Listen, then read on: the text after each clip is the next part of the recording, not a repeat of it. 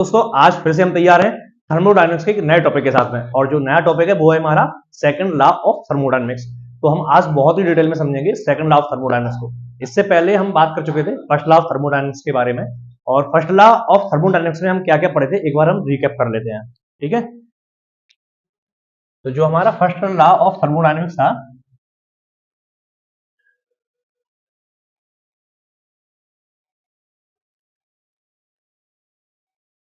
Thermodynamics, ठीक है ना, इसमें हम बात कर चुके थे सबसे पहले प्रोसेस के बारे में। प्रोसेस मैंने आपको बता दिया था, प्रोसेस दो टाइप की होती थी। ठीक है, रिवर्सिबल इरिवर्सिबल प्रोसेस होती है। ठीक है, फिर हम प्रॉपर्टी की भी बात कर लिए थे।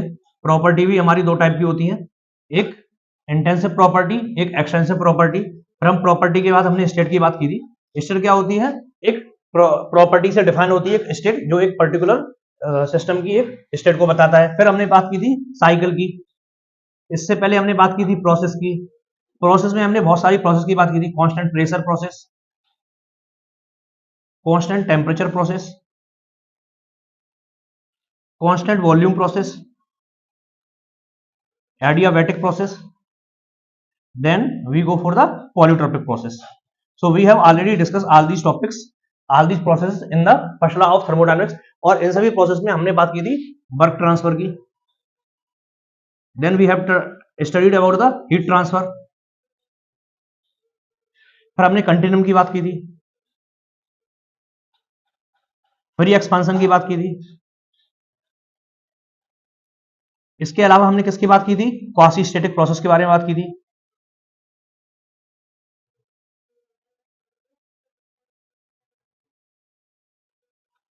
ठीक है, तो हमने फर्स्ट लॉ ऑफ थर्मोडायनेमिक्स में ये सब ब्रॉडर पिक्चर देख लिया था। ये सब हमने किसकी बात की थी? हमने क्लोज सिस्टम देख लिया था। ठीक है, हमने ओपन सिस्टम देख लिया था। फिर ओपन स्टेट में, ओपन सिस्टम में हमने steady state energy equation drive किया था। फिर इससे हमने टरबाइन के लिए, कंप्रेसर के लिए और नोजल के लिए इक्वेशन ड्राइव किए थे। तो ये सभी हमारे क्या था? फर्स्ट लॉ ऑफ थर्मोडायनेमिक्स का एक ब्रॉडर पिक्चर है। ये सभी हमने इसमें स्टडी किया था। अब हम आगे बात करने वाले सेकंड लॉ ऑफ थर्मोडायनेमिक्स के बारे में, जहां से एक्चुअल टिपिकल थर्मोडायनेमिक्स स्टार्ट होती है, जहां से थोड़ा दिमाग लगाना पड़ेगा, जहां से इरिवर्सिबिलिटी, एक्सर्जी, एनर्जी, एंट्रोपी, ये सभी चीजें ब्रॉडर पिक्चर में हमारे सामने आएंगी। ठीक है,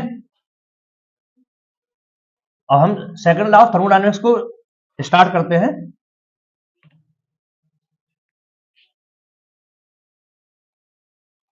सेकंड लॉ ऑफ थर्मोडायनेमिक्स।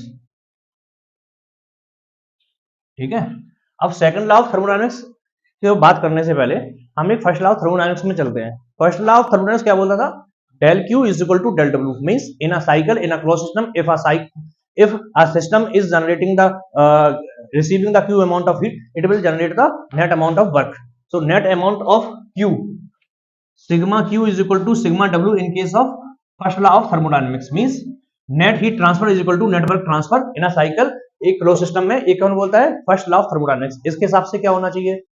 हम एक सिस्टम को जितना हीट दे रहे हैं वो सिस्टम उतना ही वर्क करेगा एक साइकिल के अंदर। यही हो रहा है फर्स्ट लॉ ऑफ थर्मोडायनेमिक्स के हिसाब से। लेकिन इस सिस्टम में बहुत सारी खामियां थी। क्या थी? कि इस सिस्टम ये नहीं बताता है कि हम नेट हीट जो दे रहे हैं उसकी वजह से वर्क ट्रांसफर तो हो रहा है, लेकिन ये किस डायरेक्शन में होगा। मतलब कि जैसे हमें एक डायरेक्शन नहीं देता था कि किस डायरेक्शन में वर्क किया जाएगा। हम क्या हीट से वर्क, जितना हम हीट दे रहे हैं उतना वर्क ले लेंगे हम, या जितना वर्क देंगे उतना हीट दे देंगे। एक्चुअली में क्या था, जब हम किसी भी सिस्टम को हीट कर रहे हैं, है ना, हीट कर रहे हैं, तो हीट करने के बाद उससे हम वर्क, जैसे हम इलेक्ट्रिकल एनर्जी दे रहे हैं किसी सिस्टम को, तो उतना ही हमें हीट मिल जा रही है। लेकिन उल्टा नहीं हो रहा है कि हम इसको हीट दें और हीट से हम वर्क ट्रांसफर ले लें, तो पूरा का पूरा कोई भी हमारा हीट लॉस ना हो। तो ऐसा नहीं हो पा रहा था। हम सिस्टम में नेचुरल प्रोसेस में बहुत सारी स्पॉन्टेनियस प्रोसेस देख रहे थे। जैसे हम अगर कोई बर्तन है जिसको हमने बहुत हॉट किया हुआ है, बहुत गर्म किया हुआ है, उसको हम अगर सराउंडिंग में रख दें, एटमॉस्फेयर टेम्परेचर पर रख दें, तो वो कुछ टाइम बाद वो एटमॉस्फेयर टेम्परेचर पे आ जाता था। लेकिन इसका उल्टा पॉसिबल नहीं है कि हम उसको एटमॉस्फेयर टेम्परेचर पे रख दें वो अपने आप ही हीट हो जाए।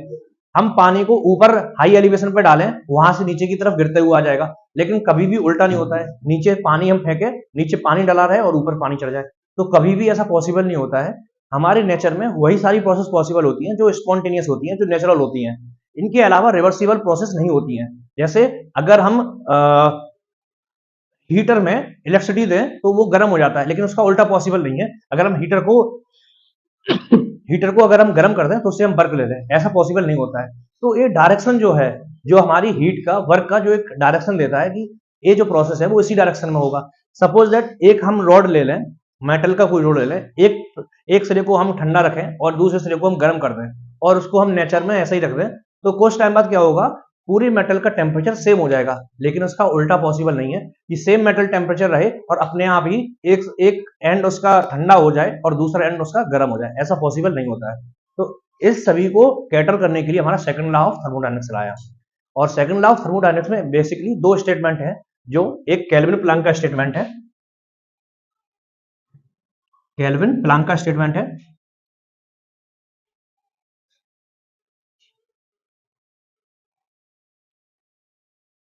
और दूसरा क्लॉसियस का स्टेटमेंट है।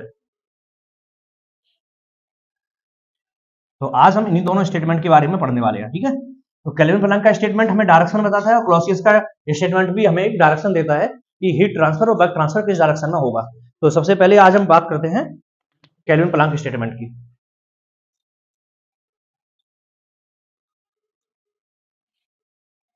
जो भी नेचुरल प्रोसेसेस होती हैं वो स्पॉन्टेनियस प्रोसेस होती हैं, और स्पॉन्टेनियस प्रोसेसेस में हमेशा डायरेक्शन फिक्स रहता है, वो हाई एनर्जी से लो एनर्जी की तरफ हमेशा डायरेक्शन मूव करता है, ठीक है। कभी भी स्पॉन्टेनियस प्रोसेस जो है वो रिवर्सिबल नहीं होती है, नेचुरल प्रोसेस रिवर्सिबल नहीं होती है, ठीक है। अब हम बात कर रहे थे केल्विन प्लैंक स्टेटमेंट की। केल्विन प्लैंक स्टेटमेंट, जो केल्विन प्लैंक थे उन्होंने एक चीज नोटिस किया यार, देखो कि हम हीट जो दे रहे हैं उससे वर्क प्रोड्यूस कर रहे हैं, ठीक है, लेकिन हम वर्क जितना दे रहे हैं उससे हीट तो मिल जा रही है हमें, लेकिन जितना हीट दे रहे हैं उतना हमें वर्क नहीं मिल रहा है। तो उन्होंने एक नियम निकाल दिया, उन्होंने अपना एक स्टेटमेंट दे दिया। उन्होंने क्या बोल दिया, इन अ साइकिल, एक चीज ध्यान रखना, ये साइकिल वर्ड बहुत बहुत स्पेशल है, इसको याद रखना पड़ेगा, क्योंकि किसी प्रोसेस की बात नहीं हो रही है, प्रोसेस में ऐसा हो भी सकता है, ठीक है। इन अ साइकिल, ठीक है, in a cycle it is impossible, it is impossible to construct a cycle या machine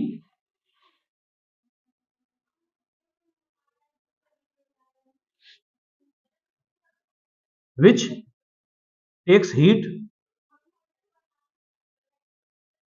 from a single body, which takes heat from a single body and produce work, ठीक है। मतलब एक ऐसी body को construct करना इम्पॉसिबल है, एक ऐसी मशीन को कंस्ट्रक्ट करना इम्पॉसिबल है जिसका नन अदर देन इफेक्ट केवल वर्क ट्रांसफर है, और वो केवल हीट ट्रांसफर, हीट जो ले रहा है वो केवल एक सिंगल बॉडी से ले रहा है। मींस जैसे हमारे एक बॉडी है, यहां से वो क्यू हीट ले रहा है, और ये हमारी मशीन है जो केवल नन अदर देन केवल वर्क काम कर रही है, बस क्यू हीट ले रही है, वर्क ट्रांसफर कर रही है, और किसी अदर बॉडी से उसमें हीट ट्रांसफर नहीं हो रहा है। ये है केल्विन प्लैंक का statement, it is impossible to construct a machine which have other non other than effect the work transfer and taking heat from a single body, बस यही है, ठीक है। तो अब हमने ये बना दिया, क्या है, केल्विन प्लैंक का स्टेटमेंट है, और इस मशीन को हम क्या बोलते हैं, perpetual machine, motion machine, perpetual motion चाहिए, और machine of second kind. First kind हम तो पढ़ चुके थे, ठीक है, तो इसको क्या बोलते हैं, P M M of two, ठीक है ना। तो perpetual motion machine of second kind construct impossible है, एक होता है केल्विन प्लैंक का स्टेटमेंट है जो PMM22 बताता है, जिसके हिसाब से हमने एक Q1 जो हीट ली है, एक एनर्जी एक सिस्टम को दी है, वो सिस्टम जो है हमें W वर्क कर रहा है, लेकिन वो कोई हमें जो दूसरा हीट बॉडी है वो कोई उससे कोई भी इंटरेक्ट नहीं कर रहा है, ठीक है, ये जीरो है, ठीक है ना, यहां से केवल एक सिंगल बॉडी से कनेक्टेड है। अब हम बात करते हैं TER की, थर्मल एनर्जी रिजर्वायर। ये एक्चुअली में क्या है ना, ये थर्मल एनर्जी रिजर्वायर है जिनका टेम्परेचर चेंज नहीं हो रहा है।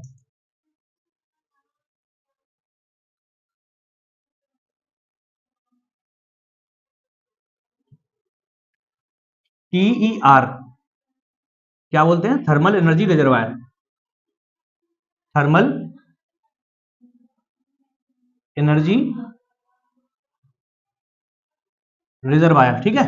तो थर्मल एनर्जी रिजर्वायर क्या होता है, थर्मल एनर्जी रिजर्वायर एक ऐसा रिजर्वायर है जिसका एक कांस्टेंट टेम्परेचर मेंटेन रहता है, जिसके अंदर से हम कितना भी हीट ऐड कर दें और कितना भी हीट निकाल दें, मींस जैसे एटमॉस्फेयर है, इसमें से हम कितना भी हीट दे रहे हैं एटमॉस्फेयर को या कितना भी हीट इससे निकाल लें, इसका टेम्परेचर जो है वो हमेशा कांस्टेंट ही रहेगा। ठीक है, जैसे हमारा एक हम बहुत अच्छा एग्जांपल है हमारा समुद्र का। हम समुद्र में से कितना भी पानी निकाल लें और कितना भी पानी डाल दें, उसके वॉल्यूम में कोई ज्यादा इफेक्ट नहीं पड़ता है। Means it a large reservoir.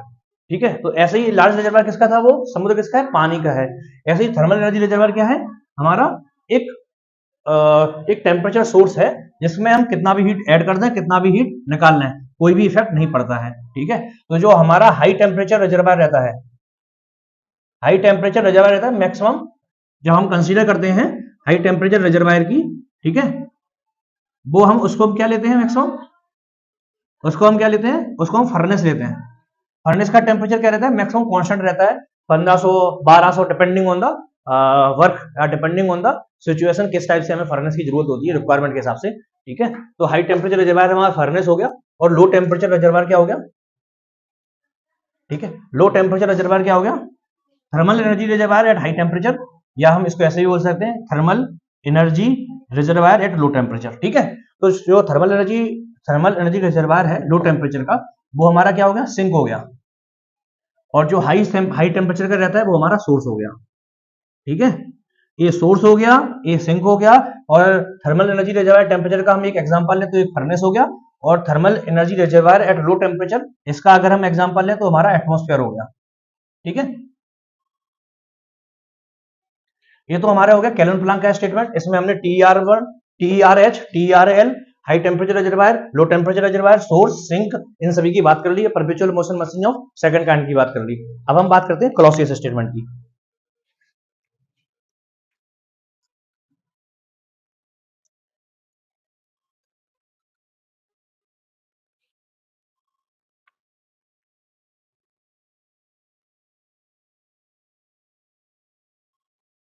Meaning spelling थोड़ा मिस्टेक हो सकता है, वो भी देखना पड़ेगा मुझे।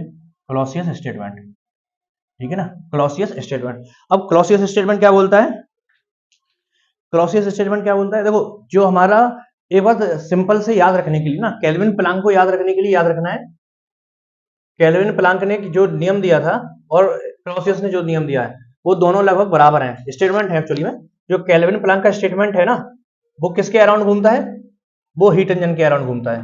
ठीक है, और ये जो स्टेटमेंट है वो किसके अराउंड घूमता है, रेफ्रिजरेटर के अराउंड। बस जब भी आपको डेफिनेशन लिखना हो या स्टेटमेंट लिखना हो तो बस इन दोनों चीजों को याद रख लो। हीट इंजन क्या काम करता है, हीट इंजन में क्या होता है, हमारा सोर्स रहता है, यहाँ पे सिंक रहता है, यहाँ पे हमारा कोई सिस्टम है जो वर्क प्रोड्यूस कर रहा है W, जो हीट ले रहा है Q1, और जो हीट जो सप्लाई कर रहा है सिंक को, वो Q2 कर रहा है। अभी इसी से हमारा केल्विन प्लैंक का स्टेटमेंट बना है। तो अब हमें इम्पॉसिबल करना है, तो यहाँ Q2 इक्वल टू 0 कर दिया तो क्या हो जाएगा, अगर हम इसको देखें Q2 0 कर देंगे तो क्या बन जाएगा, हमारा इस टाइप का मशीन हो जाएगा। ठीक है, तो स्टेटमेंट क्या हो गया, केल्विन प्लैंक का स्टेटमेंट, इट इज इम्पॉसिबल, दोनों में ही इट इज इम्पॉसिबल है। ठीक है, ये भी इम्पॉसिबल है केल्विन प्लैंक का स्टेटमेंट वाला, और ये भी इम्पॉसिबल है। ठीक है, दोनों ही इम्पॉसिबल इम्पॉसिबल हो रहे हैं। अब भाई साहब देखो, ये क्या बोल रहे हैं, केल्विन प्लैंक बोल रहे हैं, it is impossible to construct a system, to construct a machine which in a cycle none other than effect working, producing the work and taking heat from a single source, single temperature body. ठीक है, ये होगा kelvin Planck का statement. अब यही Clausius statement देखते हैं। Clausius statement क्या बोलता है, क्लॉसियस स्टेटमेंट और चालू था भाई साहब। देखो अब क्लॉसियस बोला, देखो हमें क्या चाहिए, हमें सिंक से टेम्परेचर, सिंक से हीट लेना है, सोर्स को हीट देना है, और हमें यहाँ पे इस टाइप का हमें एक सिस्टम बनाना है जो बस केवल यही काम करे, और जो हमारा W इज इक्वल टू 0 रहे, जिसके हम कोई वर्क ना करें। तो क्या हो जाएगा, it is impossible to construct a machine which takes heat from a lower temperature body and supply heat to the higher temperature body and taking no work. ठीक है, तो इसी हिसाब से कोई भी स्टेटमेंट बन सकता है जो क्लॉसियस स्टेटमेंट हो गया। ठीक है, ये हो गया क्लॉसियस का स्टेटमेंट, ये हो गया केल्विन प्लैंक का स्टेटमेंट। अब जो क्लॉसियस का स्टेटमेंट है उसमें हम बार बार, वो किसके लिए है, वो रेफ्रिजरेटर के लिए है और हीट पंप के लिए है। जो क्लॉसियस का स्टेटमेंट है वो रेफ्रिजरेटर के लिए है और हीट पंप के लिए है। ठीक है ना, अब रेफ्रिजरेटर के लिए है और हीट पंप। अब हम समझते हैं रेफ्रिजरेटर क्या काम करता है। और हीट पंप। ठीक है, रेफ्रिजरेटर क्या है, नाम से ही समझ में आ रहा है, रेफ्रिजरेटर जो क्या करे, डिफ्रीज करे, टेम्परेचर कम करे। मींस जो हमारा टेम्परेचर है एक सर्टेन सिस्टम का, उसको हमें टेम्परेचर को कम करना है। वो कैसे करेगा, वो हमारे उस सिस्टम से हीट को एब्जॉर्ब करेगा और कहीं पे दूसरी जगह पे उस हीट को देगा। तो रेफ्रिजरेटर जो वर्क करता है वो कैसे काम करता है, एक हमारा सोर्स है, एक हमारा सिंक है, ठीक है, और ये हमारा सिस्टम है। यहाँ पे हमने डब्ल्यू वर्क किया, ठीक है, इसके ऊपर डब्ल्यू वर्क किया, इसने इस सिंक से हीट लिया, ठीक है, और यहाँ पे सप्लाई किया सोर्स को। ठीक है, ये हमारा ये Q1 हो गया, ये Q2 हो गया, ये हमारा रेफ्रिजरेटर हो गया जो W1 वर्क कर रहा है। ठीक है, ये क्या होगा, रेफ्रिजरेटर। यहीं इसके रिवर्स में अगर हम हीट पंप देखें तो हमारा ये सोर्स हो गया, यही हमारा सिंक हो गया, ये हमारा सिस्टम हो गया जिसके ऊपर हम वर्क कर रहे हैं W। ठीक है, ये सोर्स को हीट सप्लाई कर रहा है Q1 और यहाँ पे Q2 हीट ले रहा है। अब रेफ्रिजरेटर और हीट पंप दोनों में ही सेम बने हुए हैं, लेकिन रेफ्रिजरेटर में जो हमारा मेन कंसंट्रेशन रहता है वो सिंक रहता है, हमारा यहाँ पे रहता है रेफ्रिजरेटर। मतलब जो हमारा जिसमें से हमें हीट निकालना है वो हमारा एरिया ऑफ कंसंट्रेशन है। मींस हमें अपने जिस आइटम से हीट निकालना है वो हमारा सिंक वाला हो गया, और जहां पे यहाँ पे क्या हीट पंप में हमें जहां पे हीट देना है, जिस रूम को हीट करना है वो रूम वाला एरिया ये हो गया, और जैसे वेजिटेबल हो गया या फ्रूट्स हो गया जिनको हमें हीट निकालना है जिनमें से, वो ये वाला पोर्शन हो गया। तो यहाँ पे रेफ्रिजरेटर में ए हो गया कंसंट्रेशन वाला, और हीट पंप में ये वाला एरिया हो गया। ठीक है, अब रेफ्रिजरेटर और हीट पंप दोनों के लिए हम इफिशियंसी की बात नहीं करते हैं, इन दोनों के लिए हम बात करते हैं किसकी, सीओपी की। अभी सीओपी क्या बोला है, सीओपी होता है एफिशिएंट ऑफ परफॉर्मेंस। ठीक है, परफॉर्मेंस की जब भी हम बात करेंगे तो परफॉर्मेंस हमें क्या चाहिए, हमें क्या चाहिए, हमें कुछ ना कुछ डिजायर्ड इफेक्ट चाहिए। ठीक है, तो desired effect upon work done. ठीक है, ये क्या हो जाएगा हमारा सीओपी। अगर सीओपी ऑफ रेफ्रिजरेटर रहेगा तो डिजायर्ड इफेक्ट क्या चाहिए, हमें कूलिंग चाहिए, डिजायर्ड कूलिंग इफेक्ट हो जाएगा। और यही हमें सीओपी ऑफ हीट पंप चाहिए तो क्या हो जाएगा, डिजायर्ड इफेक्ट ऑफ हीटिंग हो जाएगा, बाई वर्क डन हो जाएगा। ठीक है, तो अब हम रेफ्रिजरेटर और हीट पंप दोनों के केस में हम सीओपी निकालते हैं। ठीक है,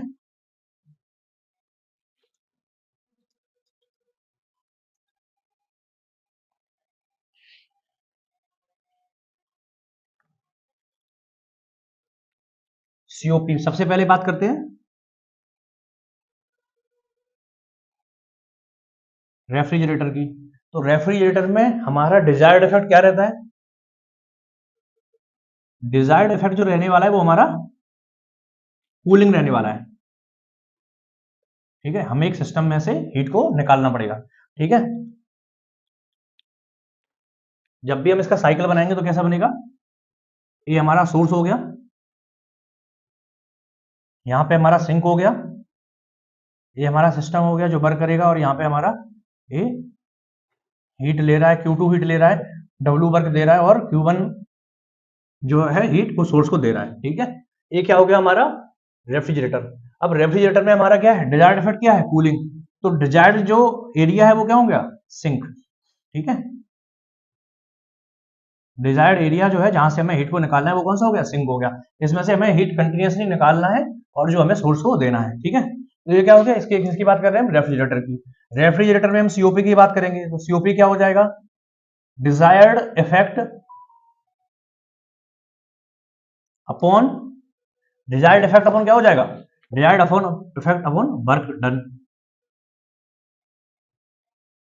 हमारे यहाँ पे रेफ्रिजरेटर के केस में डिजायर्ड इफेक्ट क्या है, सिंक से हीट निकालना। सिंक से कितना हीट निकालना है हम, Q2, Q2, और वर्क डन, वर्क डन क्या हो रहा है इसके केस में, W। ठीक है, ये हमारा क्या होगा, रेफ्रिजरेटर होगा, रेफ्रिजरेटर सिस्टम। ठीक है, अब COP of refrigerator, COP of refrigerator is equal to Q2 by W। अगर हम यहां पर देखें, इस सिस्टम को देखें, ठीक है, एक साइकिल में क्या हो रहा है, ये Q2 हीट ले रहा है, W वर्क सिस्टम के द्वारा किया जा रहा है, और Q1 हीट सोर्स को दे रहा है। तो क्या लिख सकते हैं, Q2 प्लस W बराबर में Q2 हो गया। ठीक है, Q2 प्लस W बराबर Q1 हो गया। अभी हमने किसकी बात कर ली है, रेफ्रिजरेटर की। अब हम इसी के रिवर्स में किसकी बात करेंगे, हीट पंप की। दोनों ही सिंपल कॉन्सेप्ट है, थोड़ा रिवर्स हो जाते हैं बस।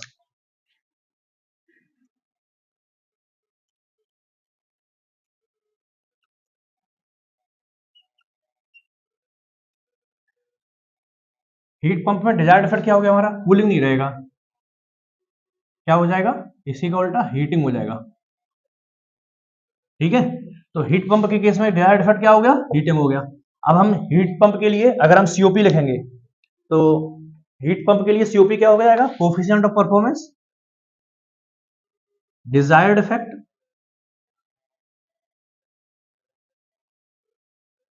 Upon work done. अगर हम सीओपी ऑफ हीट पंप की बात करेंगे तो डिजायर्ड इफेक्ट क्या है सीओपी ऑफ हीट पंप का, डिजायर्ड इफेक्ट क्या है, हमें अभी यहाँ पे क्या था, हमें डिजायर्ड एरिया कौन सा था, हमें कूल करना था, लेकिन अभी हमारा डिजायर्ड एरिया क्या हो गया, सोर्स हो गया। क्यों हो गया, क्योंकि इसी को हमें हीट करना है। ये हमारा हीट पंप का डिजायर्ड एरिया हो गया, ठीक है ना। ये हमारा रेफ्रिजरेटर था, ये हमारा हीट पंप हो गया, ठीक है ना। अब डिजायर्ड इफेक्ट क्या है, Q1, हमें हीट सप्लाई करना है, Q1 वर्क कितना किया जा रहा है, W। अब हम जो एनर्जी इक्वेशन बनाएंगे, एनर्जी कंजर्वेशन बनाएंगे, क्या हो जाएगा, Q1 is equal to W plus Q2, हो गया, ठीक है। ये सीओपी ऑफ किसका है, COP of heat pump, COP of heat pump क्या, Q1 बाई W। तो ये क्या हो गया, हीट पंप के लिए हो गया। और यही हमारा सीओपी ऑफ रेफ्रिजरेटर क्या था, डिजायर्ड इफेक्ट क्या था, कूलिंग था, क्या हो गया था, Q2 बाई W, ठीक है। चलिए अब हम रिलेशन निकालते हैं दोनों में, सीओपी ऑफ हीट पंप में, सीओपी ऑफ रेफ्रिजरेटर में।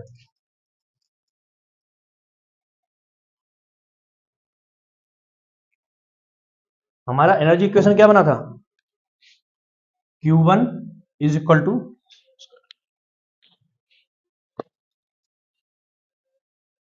Q1 is equal to Q2 plus W था। अब हम डिवाइड करते हैं W से, क्या हो जाएगा, Q1 बाई W बराबर Q2 by W plus 1।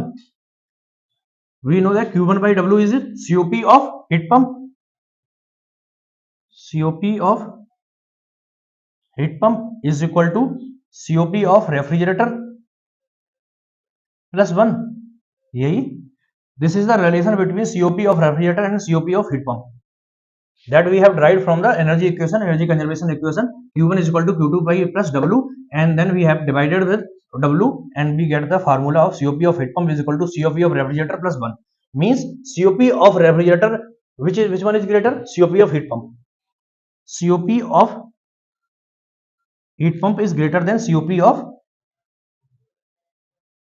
refrigerator if both heat pump and refrigerator is working between the source and sink, the same source and sink temperature. Okay, so this is the derivation for the COP of refrigerator and COP of heat pump. Now we are going to the similarity of Kelvin-Planck statement and Clausius statement.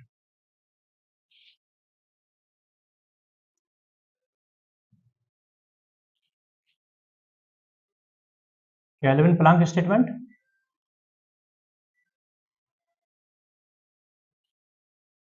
and Clausius statement.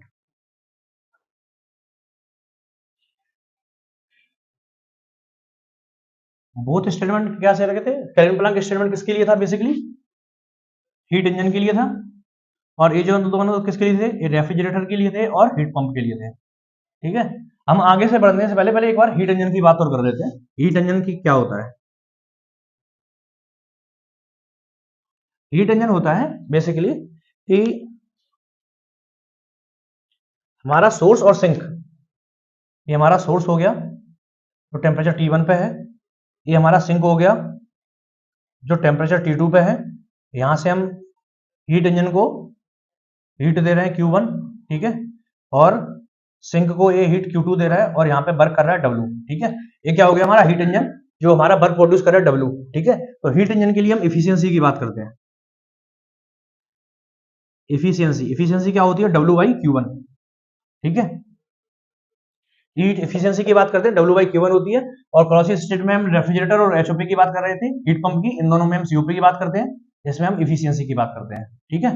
तो W/Q1 होती है, desired effect हमारा W है, means हमें work done करना है, और work done by Q1 होता है, ठीक है। ये हुआ हमारा हीट इंजन, ठीक है। अब हम बात करते हैं केल्विन प्लैंक स्टेटमेंट का और क्लॉसियस स्टेटमेंट का, दोनों को हम सिमिलर प्रूफ करेंगे। तो सिमिलर प्रूफ करने के लिए हमें क्या करना पड़ेगा, किसी एक का वायोलेशन करना पड़ेगा और फिर दूसरे को हम प्रूव करेंगे, ठीक है।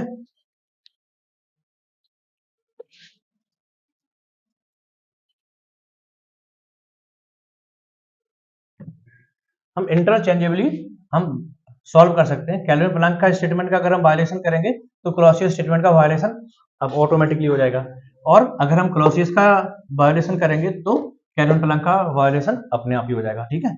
जो केल्विन प्लैंक का स्टेटमेंट है उसी से हमारा PMM2 आया था, perpetual motion machine of second का है, ठीक है। तो सबसे पहले हम बात करते हैं violation of Kelvin Planck statement.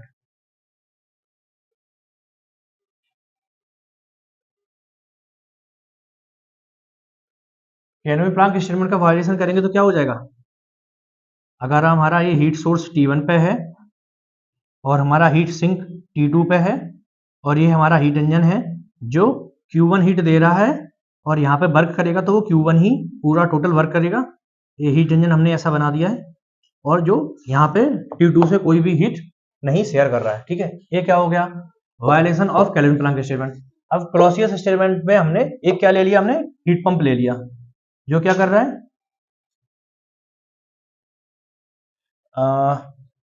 हाँ, जो मान लिया हमारा यहां से Q2 हीट ले रहा है, ठीक है, और यहां पे Q1 प्लस Q2 हीट दे रहा है, और ये हमारा, ठीक है, ये जो है हमारा वो W वर्क हम इस पे कर रहे हैं, और ये Q2 प्लस W हमारा, एक हमारा हीट इंजन लिया हमने जो violation of Kelvin Planck statement है, ठीक है।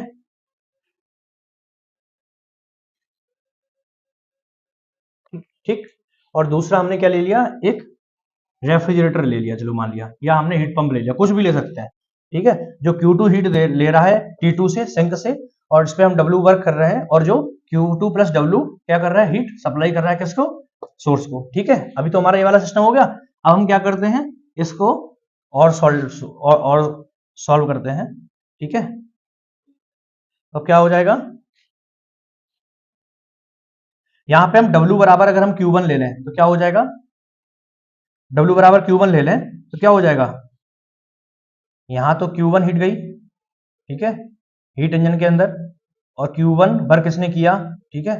फिर हमारा ये क्या है, एक रेफ्रिजरेटर है या हीट पंप है, कुछ भी मान लिया हमने, ठीक है, जो Q1 हीट ले रहा है, और यहाँ पे आगे जाकर के Q2 प्लस W था, तो क्या हो जाएगा Q2 प्लस W बराबर क्या, Q1, और क्या हो गया, यहाँ पे Q2 हीट दे रहा है, ये हमारा क्या हो गया, सिंक हो गया एट T2 टेम्परेचर पर, T1 टेम्परेचर पर।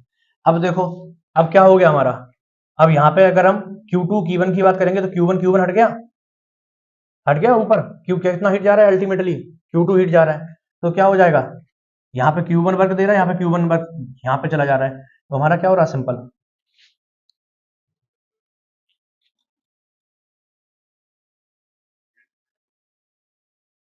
इसको हम आगे जाकर के ऐसा नहीं ले सकते हैं कि T1 को हीट दे रहा है Q2, ठीक है, T2 से हीट ले रहा है Q2, ठीक है, और यहां पे क्या हो रहा है, ये यहां पे हमने हीट इंजन ऐसा लगा दिया एक, ठीक है, एक हीट इंजन लगा दिया हमने, जो यहां से Q1 हीट ले रहा है, और यहां पे मतलब यहीं से Q2 हीट जा रही है ना, इससे ये Q2 हीट यहां चली जा रही है, Q1 हीट यहां चली जा रही है, और यहाँ पे Q1 वर्क कर रहा है। तो अब अगर यहां पर देखा जाए तो इसमें इफेक्ट क्या हो रहा है, T1 और T2 पे, T1 और क्या हो रहा है, T2 से तो Q2 हीट ले ली इसने, और T1 को Q2 हीट दे दी, और कुछ इफेक्ट कर रहा है, ये कुछ नहीं कर रहा है। तो हमने क्या बोला था क्लॉसियस स्टेटमेंट में, it is impossible to construct a machine which takes heat from a colder body and supply heat to the higher body, higher temperature body, तो ये इम्पॉसिबल हो गया, हमने violation of Kelvin Planck statement किया तो violation of Clausius statement हो गया।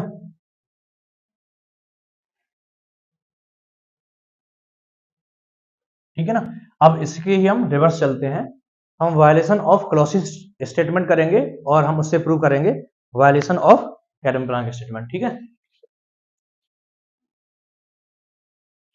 दोनों बहुत सिमिलर हैं, इसमें कोई ज्यादा डिफरेंस नहीं है। वायलेशन ऑफ क्लॉसियस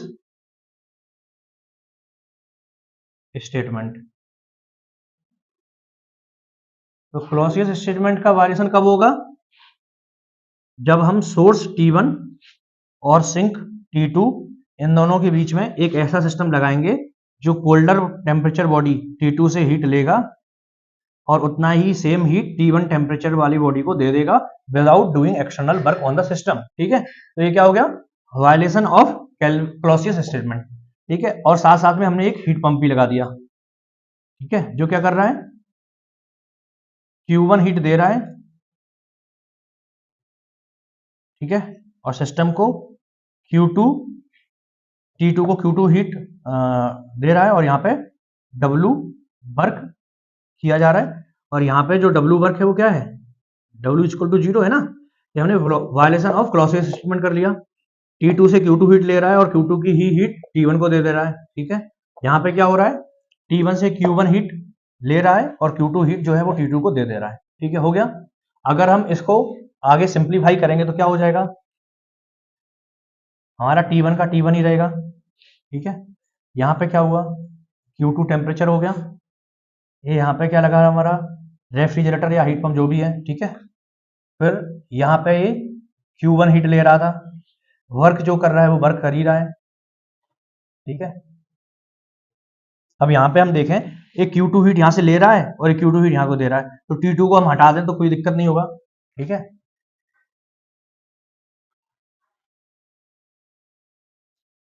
यहाँ पे जो Q2 हीट दे रहा है वही सेम Q2 हीट ए ले रहा है। हो गया, और हमारा जो टेम्परेचर है सिंक है उससे कोई कांटेक्ट नहीं है। हो गया, हो गया। अभी क्या होगा? अब यहाँ पे जो वर्क प्रोड्यूस किया जा रहा है वो क्या हो जाएगा? W is equal to Q1 minus Q2 है, क्योंकि Q2 हीट निकल रही है, जो रिमेनिंग हीट रहेगी वो वर्क के रूप में ट्रांसफर हो गई है। ठीक है, यही हो गया। अब हम इसको आगे अगर हम सॉल्व करें तो क्या हो जाएगा?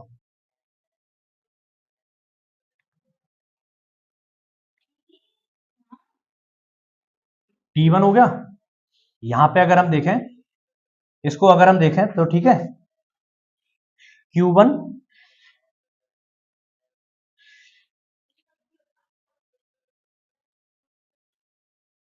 Q1 minus Q2। ठीक है, ये इसको हीट दिया। ठीक है, और यहां पे जो वर्क किया वो क्या हो गया? Q1 माइनस Q2 वर्क हो गया। ठीक है, और इसी में से हमने जो Q2 हीट थी वो यहां पे चली गई। ठीक है, और ये हमने Q2 हीट इसको हमने यहां पे दे दी। ठीक है, Q2 इसने यहां से लिया। ओके ओके ओके, यहाँ पे डायरेक्शन उल्टा बन गया, यहाँ पे Q2 ऐसा बनेगा। ठीक है, तो Q1 माइनस Q2 इसने किया, इसने हीट जो ली Q1 माइनस Q2 ली, Q2 यहाँ पे दे दिया, और जो वर्क जो किया गया उसके द्वारा वो क्या हो गया? Q1 हो गया, क्योंकि Q2 हीट यहाँ से ले ली उसने। तो अब देखो ये जो है ना वो केवल एक ही टेम्परेचर के साथ कॉन्टेक्ट में है। ठीक है, क्या है? ये एक ही टेम्परेचर के साथ कॉन्टेक्ट में है।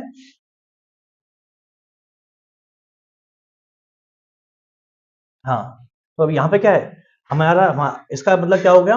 केल्विन प्लैंक स्टेटमेंट का वायलेशन हो गया। इसके हिसाब से क्या हो गया कि एक हीट इंजन का प्रोड्यूस करना एक इम्पॉसिबल है जो केवल एक ही टेम्परेचर बॉडी के साथ में हीट ले रहा है और उतना ही का उतना वर्क कर दे रहा है। ठीक है, तो यहाँ Q2 वर्क, Q2 हीट यहाँ से मिल जा रही है इसको, Q1 माइनस Q2 यहाँ से मिल जा रही है, और दूसरे सिंक को कोई भी हीट ट्रांसफर नहीं कर रहा है। तो ये impossible of Kelvin Planck statement हो गया।